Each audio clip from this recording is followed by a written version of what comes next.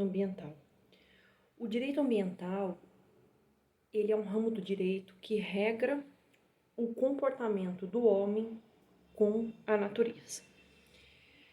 E ele é considerado um dos mais modernos ramos do direito aqui no Brasil, no nosso país. Então, nós possuímos uma das legislações ambientais mais evoluídas, né, mais modernas, e ele também é um dos ramos mais modernos do direito. O direito ambiental, ele envolve o direito civil, ele envolve o direito administrativo, ele envolve o direito penal, direito constitucional, direito internacional. Então, e além de envolver outras áreas do direito, ele também se relaciona com diversas disciplinas, com diversas áreas do saber, como a biologia, como a ética, como a física, as engenharias, a veterinária, a agronomia, a sociologia, a economia, enfim. Ele é um ramo do direito que abarca diversas áreas do saber, então ele é muito interdisciplinar. Ele possui como objetivo regular a relação do homem e os seus meios de produção com a natureza, ou seja, a gente viu na primeira aula, na primeira parte dessa aula, que desde os primórdios o homem ele teve uma relação íntima com a natureza, porque ele sempre precisou buscar na natureza os recursos para a sua subsistência.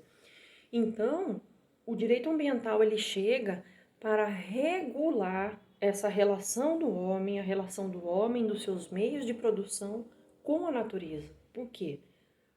Justamente para evitar o exaurimento dos recursos ambientais, né? Conforme a gente viu na outra aula, o homem, inicialmente, ele tinha uma concepção de que os recursos ambientais eram finitos. E com o passar do tempo ele foi percebendo que isso não era verdade, e assim, em apertada síntese, nasceu a necessidade de se regular as relações do homem e dos seus meios de produção com os recursos ambientais, justamente visando-se evitar o exaurimento desses recursos. Então, é o que a gente chama da busca pelo desenvolvimento sustentável, né? É o desenvolvimento econômico visando o quê? Preservar os recursos ambientais para as futuras gerações.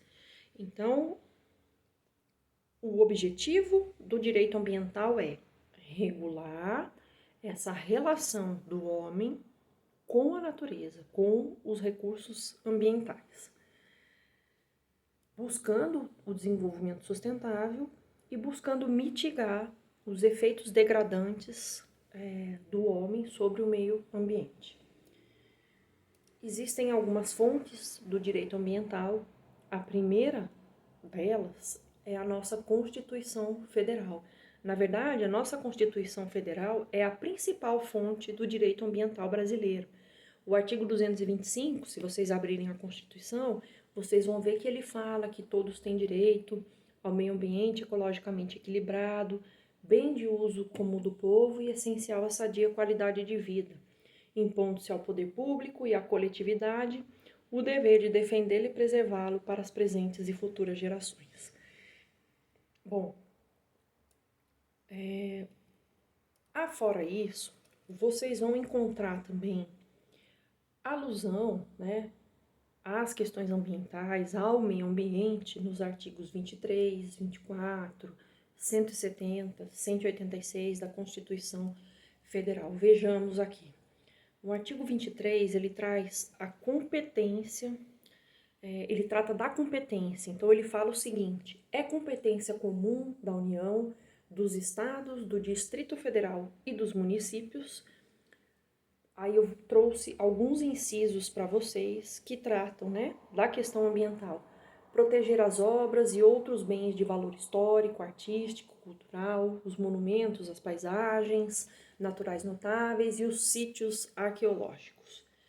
impedir a evasão, a destruição e descaracterização de obras de arte e outros bens de valor histórico, artístico e cultural, proteger o meio ambiente, combater a poluição em qualquer de suas formas, preservar florestas, a fauna e a flora, registrar, acompanhar e fiscalizar as concessões de direitos de pesquisa, exploração de recursos hídricos e minerais em seus territórios. Nós vamos ter uma aula específica onde a gente vai estudar competência em matéria ambiental. Isso é para que vocês tenham a ideia, a noção de onde, em quais artigos da nossa Constituição Federal a gente vai ver aquilo que diz respeito ao meio ambiente e por que é que a nossa Constituição Federal é a fonte principal do direito ambiental brasileiro. O artigo 24, ele ainda trata da competência. Ele diz o seguinte: compete à União, aos Estados, ao Distrito Federal legislar concorrentemente sobre florestas, caça, pesca, fauna, conservação da natureza, defesa do solo, dos recursos naturais. Depois vem os outros incisos que vocês vão poder acompanhar aí nos slides de aula, tratando também essa questão da competência concorrente em matéria ambiental.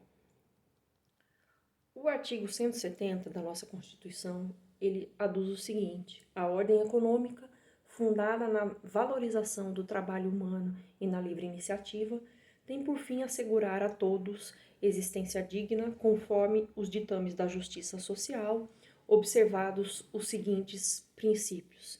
Então, dentre os princípios da ordem econômica arrolados pelo artigo 170, um deles, que se encontra no inciso 6, é a defesa do meio ambiente, inclusive mediante tratamento diferenciado conforme o impacto ambiental dos produtos e serviços e de seus processos de elaboração e prestação. Então, nesse artigo 170, inciso 6, a gente pode observar o quê? Que um dos princípios da ordem econômica é justamente a defesa do meio ambiente. Bom, o artigo 186 da Constituição Federal, em seu inciso 2, também faz alusão às questões ambientais, ao meio ambiente. E esse artigo 186, ele diz o seguinte: a função social é cumprida quando a propriedade rural atende simultaneamente, segundo critérios e graus de exigência estabelecidos em lei, aos seguintes requisitos. Então, quando é que a propriedade rural, ela atende ao princípio da função social? Nós vamos ter também uma aula somente sobre os princípios de direito ambiental. Então, a função social da propriedade rural, ela é atendida quando houver a utilização adequada dos recursos naturais disponíveis e a preservação do meio ambiente. Além desses artigos da Constituição Federal, a gente tem também como fonte do direito ambiental as constituições estaduais, porque as constituições estaduais, elas trazem dentro de sua competência que cada estado pode legislar sobre direito ambiental. Por exemplo, vou trazer um exemplo para vocês. A Constituição do Rio Grande do Sul, no seu artigo 250, diz que o meio ambiente é um bem de uso comum do povo e a manutenção do seu equilíbrio é essencial à sadia qualidade de vida. E essa mesma Constituição do Rio Grande do Sul, ela traz outros artigos que tratam da questão ambiental, que tratam do meio ambiente. As leis infraconstitucionais, né, tanto as leis infraconstitucionais federais, estaduais, quanto as municipais, elas também são fontes do direito ambiental brasileiro, porque elas criam regulações envolvendo os vários elementos que justamente integram o conceito de meio ambiente. Então, por exemplo, a Lei 6.938 de 81, a Lei da Política Nacional do Meio Ambiente, nós vamos ter uma aula só sobre essa lei, ela teve muitos dispositivos que foram abraçados pela Constituição Federal. Então, se vocês observarem, a Política Nacional do Meio Ambiente, ela é de 1981, é uma lei anterior à nossa Constituição Federal. E a nossa Constituição, que é de 1988, ela abraçou diversos dispositivos contidos nessa Lei da Política Nacional do Meio Ambiente.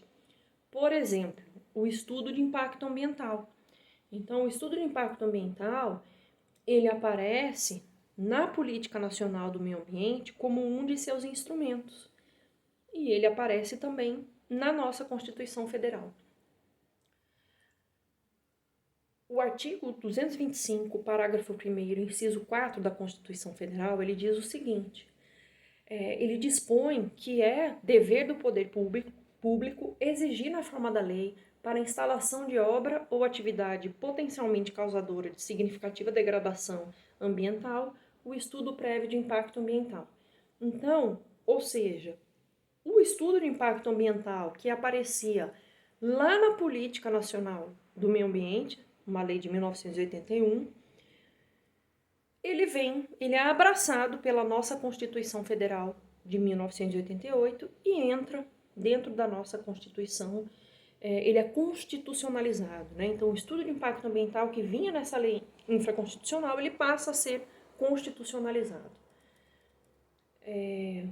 Uma outra fonte do direito ambiental brasileiro é a doutrina. Então, existem diversos doutrinadores, diversos estudiosos do direito ambiental, vários livros importantes. A gente pode citar alguns deles, né? Eu coloquei aqui um rol exemplificativo, mas existem diversos doutrinadores brasileiros. Então, nós temos o Edson Milaré, nós temos o Paulo Afonso Lima Machado, nós temos o Celso Antônio Pacheco Fiorilo, nós temos o Marcelo Rodrigues Abelha, o Paulo de Bessa Antunes, o Vladimir Passos de Freitas, o Luiz Paulo Sirvinskas. Então, são inúmeros doutrinadores do direito ambiental, estudiosos, que publicam livros, né, que atualizam os seus livros praticamente todos os anos, trazendo importantes informações, trazendo o caminho das pedras para a gente entender, para a gente conhecer e entender o direito ambiental. Então, a doutrina ambiental brasileira também é uma fonte do direito ambiental. Nós temos ainda a jurisprudência, né? O que é a jurisprudência? A jurisprudência são aquelas interpretações que são feitas pelos juízes, que são feitas pelos tribunais sobre litígios, nesse caso do direito ambiental, litígios envolvendo o meio ambiente. E essas decisões e essas interpretações que geram decisões, isso acaba formando o que a gente chama de jurisprudência.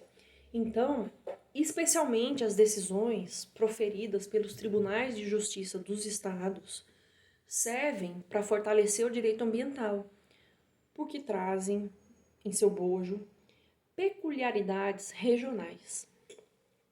E há também contribuições de decisões estrangeiras, de tribunais estrangeiros, que também servem como fonte do direito ambiental.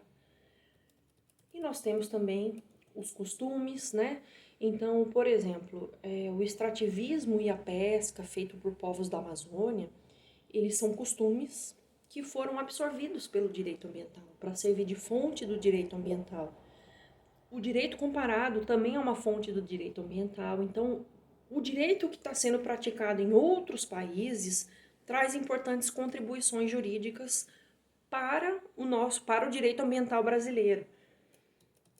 Os tratados internacionais, eles também são considerados fontes do direito ambiental, né? Então, nós vamos estudar uma aula alguns tratados internacionais e vocês vão ver de que forma que eles funcionam, como que esses tratados eles trazem em seu bojo importantes instrumentos para a proteção ambiental e também por que é que eles servem de fontes do direito ambiental.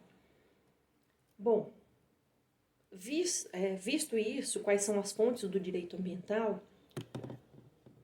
a gente vai fazer uma pausa e eu vou gravar agora uma segunda parte dessa aula para que possa ser carregado no YouTube.